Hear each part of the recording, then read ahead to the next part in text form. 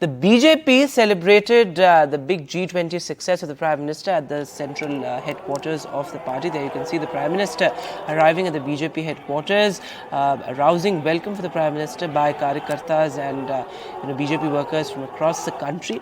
The central headquarters of the party in the national capital. But also what's most important is that the BJP Central Election Committee also met, and there were discussions around 38 key seats. This as poll season has well and truly begun, and we are counting down to crucial state elections, including Madhya Pradesh and Chhattisgarh. Remember, the BJP has already come out with its first list as far as Madhya Pradesh and Chhattisgarh is concerned, well ahead of scheduled time, given the fact that this is the first time that the BJP came out with its first list before poll dates were even announced by the Election Commission. And as per sources, most challenging seats were discussed in that CEC meet. Vasudha Venugopal is now joining us live on the broadcast. Vasudha, of course, one part of it is the optics, the fact that the BJP is, in a sense, milking the Prime Minister's G20 success politically, something that we're expecting to play out also in the Parliament session, the special session of Parliament. But what's important is that the CEC meet, the Central Election Committee of the BJP, they met and they discussed the most challenging seats as far as Madhya Pradesh and Chhattisgarh is concerned. Of course, the BJP wanting to have a first mover's advantage as well, given the fact that it came out with its first list well in time, well in advance, even before the poll dates were announced. What was actually discussed in this crucial CEC meet?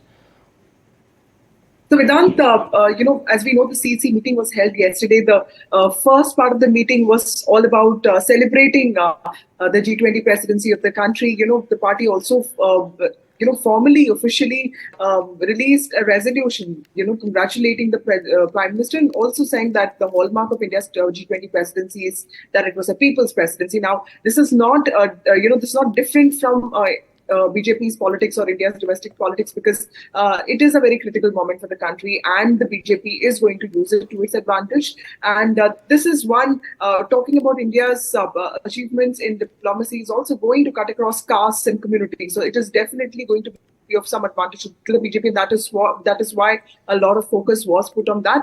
Apart from that, in the CEC meeting, Madhya Pradesh was at the center of this deliberations, because Madhya Pradesh, like you remember, 2018 was a very close fight, and Madhya Pradesh is a very critical state for the BJP, because a lot of leaders of the party come from the state. It has one of the strongest foundations there, but in the last 18 years, anti-incumbency is a big challenge, and that is being offset by two things. One is welfare schemes that Shivraj Singh Chauhan is pushing, and the other thing, of course, is that the party, under the leadership of Home Minister Amit Shah, has taken control of the state, is also trying to push forward this collective leadership. But is this going to translate into voters